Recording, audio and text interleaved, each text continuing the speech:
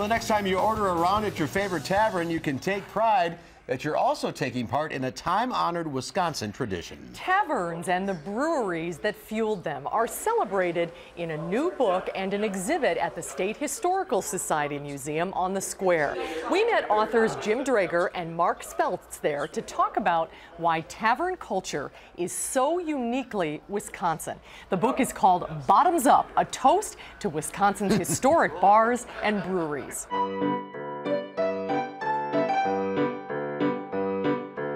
So why'd you write this book? We wrote this book because we wanted to celebrate something that is such a huge part of Wisconsin culture. Wisconsin's a tavern state. It helps define who we are as people, and we wanted to be able to explain why that is. What is it about the tavern culture in Wisconsin? Because I think if you go to different parts of the state, yes, it's very different up north than it is in this neck of the woods. What is it about the culture? Sure, well, it's certainly defined by regional identities, which to a large degree are defined by ethnic identity and religious affiliation and things like that. One of the things we found really interesting in going around the state was in the most heavy German populated areas, there were many, many bars. In the Norwegian Lutheran area, many fewer bars. They're more than gathering places, though. They're really living history.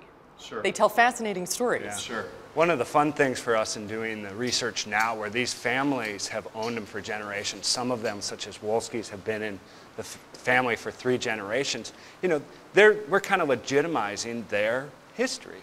We're reaching the public through a topic that's very personable and people know it, but they don't think of it as history. Do you have a favorite bar or a favorite story? That's kind of like asking who your favorite child is.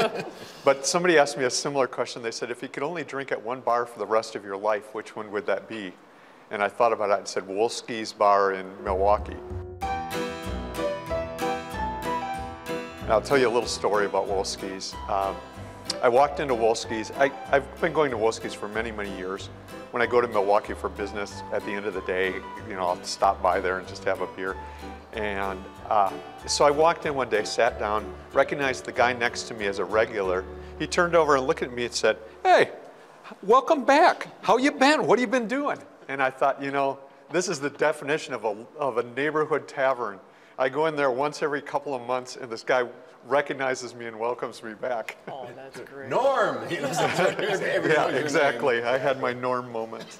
Are there Madison bars in the book? Yeah, we included 3 bars in Madison, and that was actually really one of the biggest challenges, was spreading them out geographically, right? We couldn't have only bars in Milwaukee and Madison. So we were able to just choose 3. And we included Le Tigre out near the Beltline, which is in a strip mall and really tells the stories of bars that opened up in the mid-century out beyond the city center, the neighborhoods. People drove there, right? It wasn't a neighborhood bar, so you needed a theme to get them to come back. We included the Cardinal Bar, which is on the east side, a beautiful 1907, 1908 Craftsman interior, just gorgeous, one of the most beautiful bars in the city. And then Brokaw up on the Square, which is the newest bar in the book. So they don't have to be old and historic to be in the book. Exactly. Yeah. Well, history never ends. History is continuing to be made today. So when we conceived the book, we decided that we would have bars that came all the way up to the present, so people can see the places that are built today as part of a historic continuum that stretches back in time. Why do you think this is such a Wisconsin thing? Why don't you find these kinds of bars in Phoenix?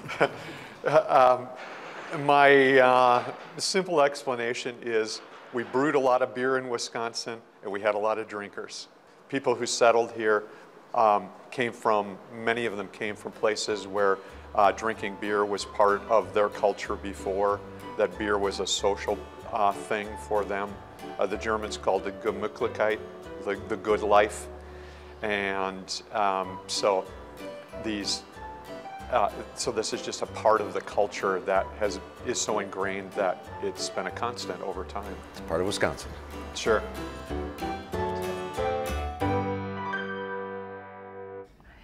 And you can get a copy of the book at the Wisconsin Historical Society Museum on State Street in the Capitol Square. The exhibit, by the way, runs through March 23rd. The museum is open year-round, Tuesday through Saturday. It's closed Sunday and Monday. And the suggested donation for adults is $4. And here is the copy of the book. This is- would be a great gift. It is a beautiful book. It's a beautiful book, and it would really be for anyone in Wisconsin. For someone who's never spent any time in a bar like myself. Oh, of course, you might learn something. Take some crib notes here. We'll be right back.